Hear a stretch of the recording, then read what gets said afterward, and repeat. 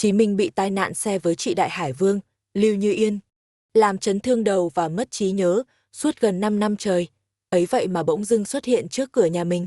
Còn trách móc là tại mình có bầu mà còn đi quẩy với bồ cũ, nên đòi chia tay. Lúc đó mình đưa ra, bản năng kéo cậu bé đứng cạnh lại, nhìn ánh mắt hãi hùng của Như Yên mà từ tốn nói. Chị ơi, mình chia tay 5 năm rồi của mình kết hôn rồi. Trưa nay, sau khi cho con lên giường ngủ trưa, mình ngồi trước máy tính. Rảnh rỗi lướt video, đột nhiên thấy một tin nóng hiện lên trước mắt. Rạng sáng ngày mồng 9, Tổng Giám đốc Tập đoàn họ Lưu, ái nữ Lưu Như Yên, gặp tai nạn giao thông nghiêm trọng. Hiện đang hôn mê vì mất máu quá nhiều và đã được đưa đi cấp cứu khẩn cấp. Nguyên nhân tai nạn đang được điều tra. Nhìn những bức ảnh hiện trường, mình cảm thấy sốc. Từ sau khi chia tay 5 năm trước, mình chưa từng gặp lại cô ấy. Những ngày tháng ngọt ngào đã biến thành những cuộc cãi vã liên miên và nỗi đau không nguôi. Khi đó, mình nghĩ sẽ không bao giờ quên được cô ấy. Giờ ngẫm lại, chuyện cũng đã qua lâu lắm rồi. Mình tắt trang web, định đi rửa bát thì bất ngờ nghe tiếng đập cửa ầm ầm. Tưởng là shipper, mình chạy vội ra mở cửa, nhưng khi cửa vừa mở, mình sững sờ. Lưu Như Yên, đầu quấn băng, máu còn rỉ ra. Mờ tờ mày khó chịu đứng trước mặt mình. Sao mở cửa lâu thế? Chị không phải bị tai nạn à? Mình hỏi. Như Yên đẩy mình sang một bên, mặt cau có bước vào nhà. Thấy đôi giày cao gót trên kệ. Cô ấy ngẩn người một lúc rồi tiếp tục đi vào. Ngoài kia nóng quá trời, cô ấy cởi áo khoác ném cho mình. Em ở chỗ này từ bao giờ thế? Không phải chị đã mua cho em căn hộ xịn sò ở trung tâm thành phố à? Sao không ở mà để mọc rêu à? Mình bị bất ngờ đến không biết nói gì. Nhiều năm không gặp, cô ấy vẫn hồn nhiên như xưa. 5 năm trước, sau một trận cãi vã, mình đã quyết định biến mất khỏi thế giới của cô ấy. Thế mà giờ, cô ấy lại cứ thế bước vào nhà mình, như chưa có gì xảy ra. Như Yên nằm dài trên ghế sofa nhà mình, như thể chưa từng có chuyện gì xảy ra. Cô ấy vuốt vuốt tóc, ngẩng lên nhìn mình. Ánh nắng buổi trưa chiếu qua cửa kính, làm gương mặt trắng trẻo của cô ấy thêm phần rạng rỡ, đôi mắt long lanh đầy nhiệt huyết. Mình nhíu mày. Mình đứng yên tại chỗ, chúng ta chia tay lâu rồi, chị muốn gì nữa đây? Như Yên cười khẩy, lại đòi chia tay à? Chị còn lạ gì em? Gần đây lại mất ngủ vì nhớ chị chứ gì? Thôi được rồi, chị chỉ đi quẩy với Dương Thụy thôi mà, gọi em không đi cơ. Thấy mình đứng im không nhúc nhích, Như Yên liền đứng dậy tiến lại gần. Vòng tay mềm mại ôm lấy eo mình từ phía sau. Chị biết chị có bầu, mà còn đi quẩy là không đúng, nhưng chị còn trẻ mà. Thôi, nếu em thích, thì chị sẽ sinh em bé. Em bảo đặt tên con là gì nhỉ? Nếu là con trai thì gọi là Kỷ Niệm, còn con gái thì gọi là Lưu Luyến. Mình hoang mang toàn tập. Như Yên từng mang thai, nhưng đứa con không phải của mình. Cô ấy đã bỏ nó rồi. Tất nhiên, chuyện này chẳng liên quan gì đến mình. Nhưng giờ mình chợt nhận ra có gì đó không ổn. Như Yên bây giờ đang nói về chuyện 5 năm trước. Mình nắm lấy vai cô ấy, giọng khàn đi. Như Yên, chị bị mất trí nhớ rồi à? Cô ấy ngẩn ra một lúc, rồi thản nhiên đáp. Em cũng nghĩ chị mất trí à? Chuyện đâu có gì ghê gớm, chị chỉ bị đập đầu một chút thôi. Không sao hết, nếu chị không nhớ, thì em kể lại cho chị nghe là được mà. Cô ấy vòng tay ôm eo mình, ánh mắt đầy tình cảm. Như thể chúng mình chưa từng rời xa nhau. Nhưng mình nhanh chóng đẩy cô ấy ra, cô ấy không để mình nói hết câu. Cắt ngang lời mình, đã 5 năm rồi, chúng ta chia tay 5 năm rồi. Cô ấy cười nhẹ rồi mà, chúng ta quen nhau bao lâu rồi? Em có bao giờ thực sự rời xa chị được không? Chúng ta không thể chia tay mà. Đúng lúc bầu không khí trở nên căng thẳng, con trai mình với đôi mắt mơ màng ôm theo món đồ chơi. Từ trong phòng nhỏ bước ra. Ba ơi, chú này là ai? Mẹ khi nào về vậy? Chúng ta quen nhau lâu thế rồi. Lần nào em dám thật sự rời xa chị đâu. Chúng ta không thể chia tay mà. Đúng lúc bầu không khí trở nên căng thẳng, con trai mình với đôi mắt ngái ngủ, ôm chặt đồ chơi. Từ phòng nhỏ lò dò bước ra. Ba ơi, thằng bé nghiêng đầu, mắt đầy thắc mắc nhìn mình. Chú này là ai vậy? Mẹ khi nào về?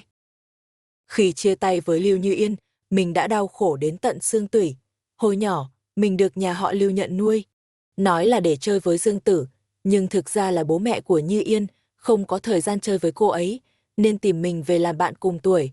Ngày đầu tiên đến nhà họ Lưu, mình đã được quản gia căn dặn, phải chăm sóc tiểu thư Lưu Như Yên thật tốt. Lúc đó mình 8 tuổi, còn Như Yên mới 5 tuổi. Vì vậy, mình phải chăm sóc thật tốt viên ngọc quý của gia đình họ Lưu. Như Yên là công chúa nhỏ của nhà họ Lưu. Từ nhỏ đã được nuông chiều hết mực, cô ấy rất thích chọc ghẹo mình. Như Yên từng đổ nước lên giường mình, rồi nói với mọi người rằng mình tè dầm. Còn giữa đêm thì gọi cả đám người hầu xông vào phòng mình, kéo mình ra khỏi giường và đe dọa. Kỳ Trân, đừng tưởng lớn hơn mà làm anh của chị nhé. Em chỉ là con thú cưng mà nhà họ Lưu nuôi về thôi. Tốt nhất em nên nhớ thân phận của mình. Mình hiểu rằng trước mặt cô ấy, mình không có quyền nói hay phản kháng gì cả. Nhưng thật lòng mà nói, mình luôn biết ơn bố mẹ của Như Yên. Nếu không nhờ họ nhận nuôi, có khi mình đã bị trại trẻ mồ côi bán đi, làm thợ mỏ đen từ lâu rồi. Vì vậy, đối với sự kiêu ngạo của công chúa Lưu Như Yên, mình luôn nhẫn nhịn và bao dung. Những năm tiếp theo, dưới sự chăm sóc tỉ mỉ của mình, cô ấy trở nên yên lặng hơn, không còn gây gổ với các bạn nữa. Khi có ai bắt nạt mình, cô ấy sẽ đứng ra bảo vệ, cô ấy cũng bắt đầu ỷ lại vào mình. Thậm chí nửa đêm còn chạy vào phòng gọi mình là anh trai. Mình nghĩ rằng mình sẽ mãi mãi làm người anh trai che chở cho cô ấy, cho đến khi năm mình 18 tuổi. Lưu Như Yên bắt đầu yêu đương, đó là với Dương Thụ, một công tử của một gia đình, ngang ngửa với nhà họ Lưu. Dương Thụ là cậu ấm, từ khi vào đại học đã là hot boy của trường, cao giáo, đẹp trai, gia thế hoành tráng, lấp lánh như một ngôi sao. Tất nhiên là Lưu Như Yên bị thu hút ngay lập tức, và họ nhanh chóng thành một đôi, một cô tiểu thư và một cậu thiếu gia, ăn sung mặc sướng, đúng kiểu cặp đôi hoàn hảo. Nhưng sau một thời gian yêu đương, những điểm không hợp bắt đầu lộ ra, và họ có một trận cãi vã ầm ĩ. Lưu Như Yên tức mình hôn mình để chọc tức Dương Thụ, và mối quan hệ anh em của chúng mình cũng thay đổi từ đó. Nhưng như bao cặp đôi khác, cãi nhau nhanh mà làm lành cũng nhanh, chẳng mấy chốc họ lại quay lại với nhau.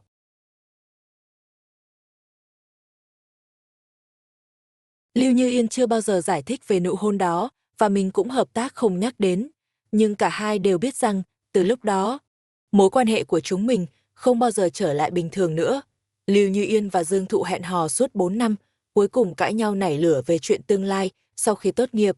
Lần này chia tay, Dương Thụ tức giận đến mức đi du học nước ngoài. Một lần Lưu Như Yên uống say và leo lên giường mình, đến giờ mình vẫn nhớ rõ cái đêm điên rồ đó, cô ấy nói trong cơn mê man. Nhưng lại làm mình đau lòng, mình hỏi, Như Yên, em có biết mình đang làm gì không? Đáp lại là một nụ hôn bất ngờ, rồi chẳng biết bao lâu sau, mình chìm vào giấc ngủ mệt mỏi. Nghe có tiếng thở dài bên tai, tất nhiên là em biết, và rồi chẳng ai nói gì, cứ thế chúng mình thành một đôi, không có hoa. KHNG có quà, chẳng có lời tỏ tình anh yêu em, mình vẫn là anh trai, vẫn chăm sóc cô ấy như thường ngày. Nhưng từ đó, cô ấy lại càng quấn mình hơn, chúng mình làm đủ mọi thứ mà các cặp đôi thường làm, ngắm hoàng hôn, nắm tay đi dạo bên bờ biển, ôm nhau ngủ trong màn sương tuyết trắng xóa. Những kỷ niệm mơ nhạt đó đem lại cho mình cảm giác ấm áp và hạnh phúc. Chẳng biết từ bao giờ, mình bắt đầu thích cô ấy. Và càng ngày, tình cảm đó càng khó kiểm soát. Người ta nói tình yêu có thể bao dung tất cả, nên khi Dương Thụ trở về sau khi du học, tìm Lưu Như Yên đi ăn tối, mình cũng đồng ý. Khi Lưu Như Yên bỏ mình vào ngày kỷ niệm hẹn hò để đi mua sắm với anh ta, mình cũng đồng ý. Mình yêu Lưu Như Yên, yêu đến mức bao dung tất cả. Mình đợi cô ấy trưởng thành, nhận ra lỗi lầm và đến xin lỗi mình. Nhưng đáng tiếc, cuối cùng mình chỉ nhận được tin Lưu Như Yên mang thai, mà không biết là của ai. Cô ấy hờ hững nói rằng, để công bằng thì không nên giữ đứa bé lại, sinh ra cũng chỉ làm khổ cả hai.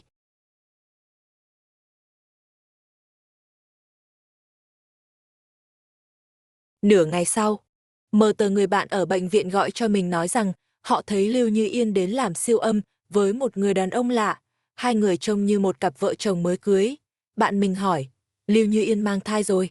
Sợ cậu không đi cùng. Người đàn ông đó là ai vậy?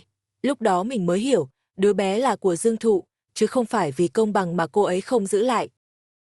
Cô ấy từ đầu đến cuối chỉ có Dương Thụ trong lòng, người làm cô ấy rung động lần đầu, trải nghiệm mối tình đầu tiên. Vì vậy, khi cô ấy đã chọn, mình, người dự phòng, không còn lý do gì để ở lại. Thế là mình chia tay với Lưu Như Yên. Nhưng Lưu Như Yên lại nhất quyết không đồng ý chia tay, bị ép buộc. Mình đành nhờ bạn đến diễn một màn có mới nới cũ. Mình sẽ không bao giờ quên ánh mắt oán hận của Lưu Như Yên lúc đó, như thể muốn ăn tươi nuốt sống mình.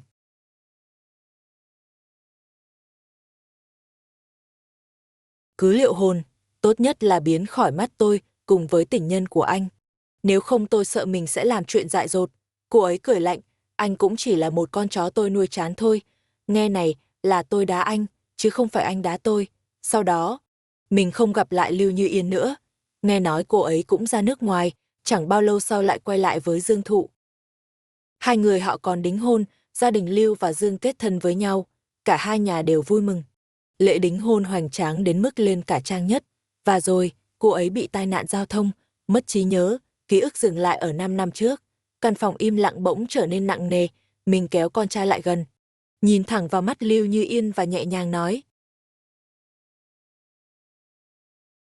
NM năm trước chúng tôi đã chia tay rồi, đây là con trai tôi đã kết hôn rồi. Lưu Như Yên đứng sững ra một lúc, nhíu mày trông thật buồn cười và chẳng hiểu gì cả. Cô ấy hỏi, chị không tin, Kỳ Trân, anh kết hôn với người khác rồi sao? Không phải anh rất thích tôi sao? Cô ấy nhìn chằm chằm vào đứa trẻ bên cạnh tôi. Lưu Như Yên cứng cỏi cười một cái. Tôi bị mất trí nhớ à? Đứa trẻ này là của tôi đúng không? Chắc chắn là của tôi rồi. Tôi lùi lại một bước. Lưu Như Yên, cô điên rồi à? Đứa trẻ của cô đã bị cô bỏ rồi mà. Lưu Như Yên ánh mắt trở nên hung dữ, như thể sắp xông vào đấu kiếm. Vậy đứa trẻ này là của ai? Cô ấy túm chặt tay tôi, hỏi với vẻ nghiêm túc. Đứa trẻ này là ai sinh ra cho anh? Khi tôi còn đang lúng túng, một bóng dáng xuất hiện ngoài cửa. Hứa Niệm Vi bước vào, ôm lấy con trai, với chiếc váy dài bay bay. Đứng yên với vẻ thanh lịch, tóc hơi rối, nhưng khí chất thì không thể chê vào đâu được. Cô ấy mỉm cười nhìn Lưu Như Yên, nói, có khách đến, sao không báo cho tôi biết? Cô ấy đưa cho tôi một chiếc chìa khóa xe. Hoàn toàn bỏ qua vẻ mặt ngày càng khó chịu của Lưu Như Yên. Sinh nhật của anh sắp đến rồi, tôi đã đặt cho anh một chiếc xe giới hạn yêu thích nhất, Koenigsegg. Chiếc xe đang đỗ ở dưới lầu. Lưu Như Yên nhìn cô ấy từ đầu đến chân, trán nổi vài vết nhăn. Cô làm sao mà lại cùng anh ta? Tôi định lên tiếng, thì Hứa Niệm Vi đã cười lên. Chúng tôi đã bên nhau 5 năm rồi. 3 năm trước, tôi đã sinh cho anh ấy một đứa con. Gần đây chúng tôi đã kết hôn. Cô có hài lòng với câu trả lời này không? Không khí như đông cứng lại, hai người phụ nữ với hai phong cách khác biệt đối diện nhau. Lưu Như Yên mặt đầy tức giận, còn Hứa Niệm Vi thì đứng yên như một ngọn núi, tỏa ra vẻ chiến thắng từ trên cao nhìn xuống. Tôi chỉ biết thở dài. Kéo Hứa Niệm Vi đứng sau lưng, tôi nhìn Lưu Như Yên và nói, cô không bị lừa đâu, chúng tôi đã chia tay từ lâu rồi. Bây giờ mỗi người đều có cuộc sống riêng, cô và Dương Thụ đã đính hôn rồi, tôi cũng có người yêu và con cái. Cô bị tai nạn, mất trí nhớ tạm thời nên không nhớ ra được. Thực ra, chúng tôi đã không còn quan hệ gì nữa. Chúng tôi không còn quan hệ gì nữa. Lưu Như Yên nhìn tôi với vẻ mặt đầy châm chọc, Kỳ Trân. 10 mấy năm trước chúng ta đã sống cùng nhau, giờ anh lại nói không còn quan hệ gì nữa. Tôi cúi đầu, cô đã đính hôn và có cuộc sống riêng của mình rồi. Hứa Niệm Vi thì dựa vào vai tôi, một tay ôm eo tôi, tay còn lại nắm tay con trai. Chúng tôi có khoảng cách không nhỏ trước mặt ba người, nhưng dường như có một bức tường vô hình không thể vượt qua. Sau một lúc lâu, Lưu Như Yên cười châm chọc, nhìn tôi đầy khinh miệt. Kỳ Trân, anh thật tài giỏi. Hứa Niệm Vi nhìn Lưu Như Yên rời đi, im lặng không nói gì.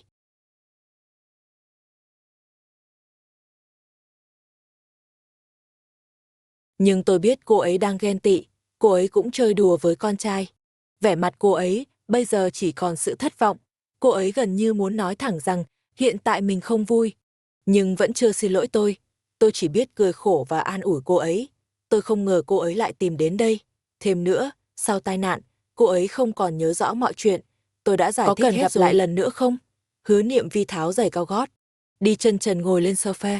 Khi tôi nhận tin cô ấy đến khu chung cư của chúng ta, tôi cảm thấy có điều gì đó không ổn. Tôi vội vã trở lại, ngay cả khi cuộc họp hội đồng quản trị chưa xong. Nhưng vẫn đến muộn. Cô ấy cắn răng thì thầm, dù cô ấy nổi tiếng với khí chất thanh cao, lúc này lại bất ngờ chửi thề. Tại sao cô ấy không chết ở nước ngoài? Hứa Niệm Vi không nhịn được cười. Hứa Niệm Vi có vẻ không quan tâm đến gì cả. Nhưng khi nhắc đến Lưu Như Yên, cô ấy dễ ghen tị hơn bao giờ hết. Khi Lưu Như Yên ra nước ngoài, Hứa Niệm Vi vui mừng đến mức đã thuê một đội quân múa lân để ăn mừng. Giờ chúng tôi mới cưới nhau, sao có thể không tức giận? Lưu Như Yên bất ngờ xuất hiện trong cuộc sống của chúng tôi đã làm việc chăm chỉ để an ủi Hứa Niệm Vi, hứa hẹn rằng sẽ không có bất kỳ mối quan hệ nào với Lưu Như Yên nữa. Cuối cùng, khi con trai đã ngủ, cô ấy vẫn đòi hỏi đủ thứ, làm tôi kiệt sức. Sáng hôm sau, tôi mệt mỏi và đau nhức toàn thân. Ngẫm nghĩ về câu nói, phụ nữ 30 như sói, mà cô ấy còn chưa đến 30, sao đã như thế rồi? Điện thoại đột ngột rung lên với một số lạ. Tôi tưởng là hàng hóa đã đến, nhưng khi nhận cuộc gọi, tôi nghe thấy giọng nói quen thuộc của Dương Thụ từ đầu dây bên kia, thậm chí có thể cảm nhận được sự kiêu ngạo của anh ta. Chúng ta gặp mặt đi. Tôi không biết phải nói gì.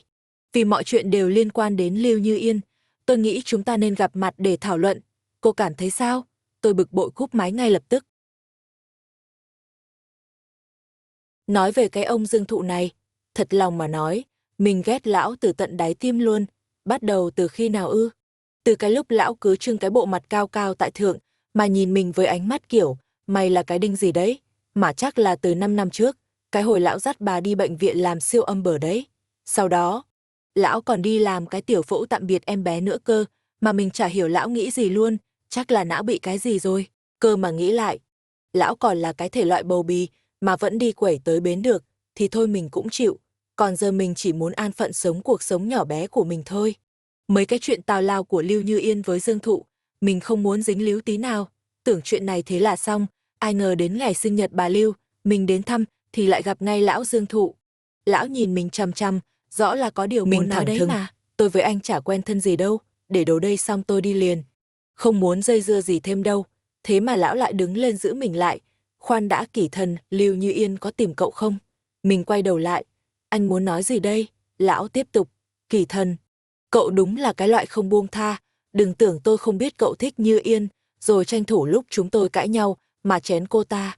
Cậu ép cô ấy đến với cậu, nhưng giờ chúng tôi đã đính hôn rồi. Cậu cũng đã cưới vợ có con rồi. Cậu không biết xấu hổ à? Mình cười to. Ông Dương này thích lật lọng ghê nhỉ, cái gì cũng đổ lỗi cho người khác. Trong đầu ông chắc nghĩ, Như Yên vẫn trung thành với ông nhỉ.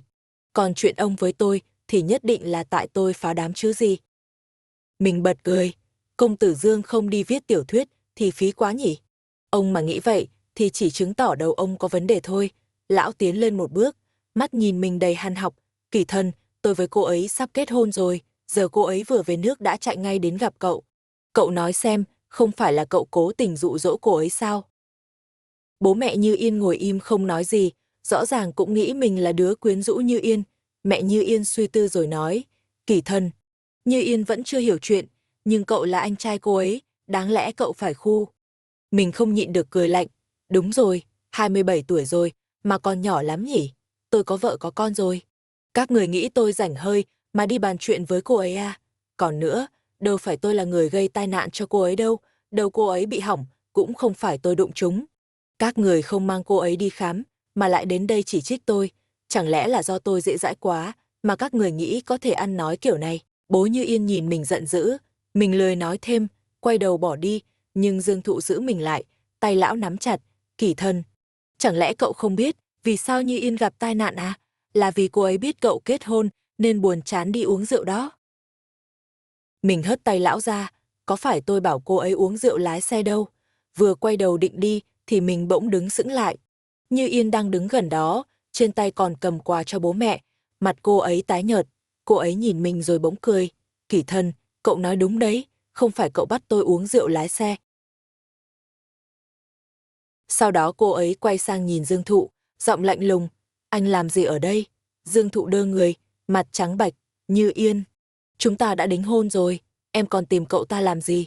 Như Yên im lặng một lát rồi nhẹ nhàng nói. Chia tay đi, cả phòng rơi vào im lặng. Lâu sau, Dương Thụ mắt đỏ ngầu, giọng run run. Như Yên, em điên rồi sao? Tại sao lại hủy hôn? Chẳng lẽ em vẫn không quên được cậu ta à? Như Yên khó chịu vẫy tay. Không có gì đâu, tôi chỉ không muốn kết hôn nữa thôi. Dương Thụ giận dữ. Vị hôn thê của tôi mà chạy nửa vòng trái đất, để tìm thằng khác. Em mờ bảo tôi phải làm sao đây? Như Yên không nói gì, chỉ ném quà vào chân mẹ, mặt lạnh tanh. Chuyện của tôi không liên quan đến các người. Đừng có lo lắng vô ích. Mẹ lão bực mình cười chua chát. Cô lo lắng vô ích hả? Vị hôn thê của tôi lại vượt nửa vòng trái đất, chỉ để tìm một thằng đàn ông khác. Như Yên, em bảo tôi phải làm sao đây? Như Yên không thèm đáp, chỉ ném quà thẳng vào chân mẹ Dương, mặt lạnh tanh. Chuyện của tôi không liên quan gì đến các người, đừng lo lắng làm gì. Mẹ Dương tự cười mỉa mai. Nghe xong lời của Như Yên, mẹ Dương tức đến mức tay run rẩy, chỉ thẳng vào mặt tôi. Đáng lẽ ra hồi đó, không nên nhận nuôi con sói mắt trắng này. Nuôi nó bao nhiêu năm, cuối cùng chỉ để phá tan tành gia đình chúng ta. Chắc chắn nó đã có ý đồ xấu với Như Yên từ nhỏ, chứ không sao lại thành ra thế này. Tôi hít một hơi thật sâu. Nhà họ Lưu đã nhận nuôi tôi, và tôi luôn cảm kích về điều đó. Nhưng không có ngoại lệ nào, từ nhỏ đến lớn. Mỗi khi Như Yên gặp vấn đề gì, bố mẹ cô ấy chỉ biết đổ lỗi lên đầu tôi. Họ là tầng lớp thượng lưu, tuy không đánh mắng, nhưng họ rất giỏi trong việc đánh đòn tinh thần. Họ biết cách biến một người thành nô lệ về mặt tinh thần. Hồi còn nhỏ, họ thường bắt tôi đứng phạt ngoài trời lạnh cóng trước mặt khách, rồi cười tươi nói với khách rằng, thằng bé này lanh lợi quá, không thể đánh được, chỉ có thể phạt đứng thế này thôi. Chúng tôi cũng không muốn làm vậy đâu, mà Như Yên thì tất nhiên không bao giờ sai, còn nếu có lỗi thì chắc chắn là do tôi, giờ tôi thấy mệt mỏi rồi. Đang định quay đi thì một bóng người bước vào. Hóa ra là Hứa Niệm Vi, đang mặc bộ váy lễ phục lộng lẫy. Tôi ngớ người, sao cậu lại đến đây? Hứa tiến lại gần tôi, đặt qua xuống. Sinh nhật gì? Tôi là hậu bối. Phải đến thăm chứ.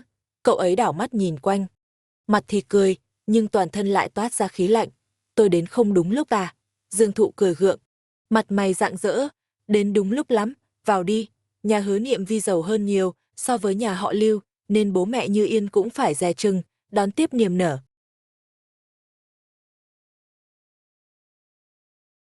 Dì ơi, cháu khách sáo quá. Hôm trước cái đề án thu mua công ty kia mà được duyệt, nhờ cháu giúp một tay đấy. Cháu xem khi nào thì ký hợp đồng nhé. Hứa Niệm Vi khẽ cười, vẫy mái tóc dài đến thắt lưng, khuôn mặt lạnh lùng. Tôi thấy đề án này có vấn đề. Cứ để đấy đã, khi nào các người học được cách tôn trọng chồng tôi, thì chúng ta sẽ bàn tiếp. Tổng Giám đốc Hứa, không thể vì chuyện này mà làm ảnh hưởng đến tình cảm hai bên được. Hứa Niệm Vi nhìn cái ghế đặt bên cạnh mà không thèm ngồi xuống. Chỉ đứng cao ngạo nhìn mọi người. Chồng tôi mà bị các người không tôn trọng thì cũng như không tôn trọng tôi. Tôi thấy nhà họ Lưu hình như không hoan nghênh chúng tôi thì phải. Thôi chúng tôi về trước đây. Nói xong cậu ấy kéo tay tôi ra ngoài, mặt bố mẹ Như Yên tái mét. Mẹ cô ấy vội đứng dậy xin lỗi. Ôi, sao cháu nói nghiêm trọng thế? Chúng ta đều là người một nhà. Cờ chút hiểu lầm cũng chỉ là chuyện nhỏ thôi. Bố mẹ Như Yên hoảng hốt, mặt tái xanh, muốn nói gì đó, nhưng không biết nói gì. Đúng lúc đó, Như Yên đột nhiên lên tiếng. Giọng khan khan, Hứa Niệm Vi, cậu nghĩ anh ấy thật sự thích cậu à? Cậu biết không, anh ấy đã thích tôi suốt 15 năm qua, còn cậu chỉ là phương án dự phòng thôi. Hứa Niệm Vi ngoái lại, cười khẩy, nếu nói vậy mà khiến cậu thấy dễ chịu hơn, thì cậu cứ việc vui vẻ đi, sau đó quay đi, rồi lên xe tôi hỏi cậu ấy, sao lại đến đây? Hứa Niệm Vi có chút lo lắng. Năm vừa nãy Như Yên nói mấy câu đó, có làm tôi buồn không? Dù sao thì cứ liên quan đến Như Yên là tôi hay ghen mà. Hứa Niệm Vi nhìn ra ngoài cửa sổ, giọng nhẹ nhàng, sao ở ngoài bị người ta bắt nạt mà không nói với tôi? Tôi thở dài, tôi không biết Dương Thụ cũng về nước, chỉ định đến thăm mẹ Lưu thôi. Hứa Niệm Vi nhìn chằm chằm vào tay lái, tóc xõa che đi khuôn mặt, cái ông Lưu Đông Sinh già nua đó dám nhờ tôi giúp đỡ, mà lại dám coi thường chồng tôi, đúng là nực cười. Cậu ấy cười khẩy, nhà họ Lưu đúng là toàn người kỳ cục, chúng ta đã kết hôn rồi. Mà người phụ nữ đó còn dám đến trước mặt tôi đòi cướp chồng, đúng là sợ tôi sống yên bình quá mà. Tôi im lặng không nói gì, nhưng hiểu rất rõ, Nhi Yên từ nhỏ đã ích kỷ. Làm gì cũng chỉ nghĩ đến bản thân mình, thích thì tôi có thể bao dung mọi thứ, giờ không thích nữa thì chỉ thấy ghê tởm. Thấy tôi im lặng, Hứa Niệm Vi nắm lấy tay tôi. Bàn tay cậu ấy thường xuyên được chăm sóc kỹ lưỡng, ngón tay mềm mại mà ấm áp, hai chiếc nhẫn trên tay lấp lánh ánh sáng nhẹ nhàng. Cậu ấy nghiêm túc nói, dù có chuyện gì xảy ra, cũng phải nói với tôi, đừng giấu trong lòng một mình. Thật ra, mấy chuyện phiền phức này tôi chẳng mấy quan tâm, mấy chuyện nhục nhã còn tệ hơn, tôi đã trải qua không ít rồi, nên tôi đã quen. Nhưng nghe cậu ấy nói vậy, lòng tôi bỗng chốc như muốn vỡ òa, nước mắt như muốn trào ra. Một lát sau, tôi nắm chặt lấy tay cậu ấy, sau đó Như Yên đột nhiên mất tích, mấy ngày liền không thấy xuất hiện quấy rầy tôi nữa. Cũng không quay lại Melbourne, nhưng đám cưới của Dương Thụ thì lại rơi vào bế tắc. Một tuần sau, khi tôi tưởng mọi chuyện đã qua, Như Yên bất ngờ gọi điện cho tôi lúc nửa đêm, giọng nói ngà ngà say. Cậu Trần, tôi uống say rồi, cậu qua đón tôi đi. Nghe vậy, tôi lập tức thấy đau đầu, hồi chúng tôi còn bên nhau. Như Yên thường xuyên đi buống, đến không biết trời đất là gì, rồi gọi tôi đến đón khi sắp ngất. Chẳng cần biết tôi đã ngủ hay chưa, hay ngoài trời đang mưa to, chỉ biết là cứ say là gọi cho tôi. Và tôi sẽ đến. Tôi nhớ có lần, mùa hè năm đó Dương Thụ về nước, Như Yên lén lút đi uống rượu, với anh ta sau lưng tôi. Say mềm rồi gọi tôi đến. Khi tôi đến nơi, chỉ thấy đèn lờ mờ chiếu xuống, Như Yên ngồi trên đùi Dương Thụ, mà hôn hít loạn xạ. Lâu sau, cô ấy mới lờ mờ nhận ra tôi, khi đứng dậy thì quần của Dương Thụ đã bị kéo xuống quá nửa rồi. Anh ta cười khẩy với tôi, như đang thách thức. Mấy tên bạn nhậu xung quanh cũng hò hét cổ vũ.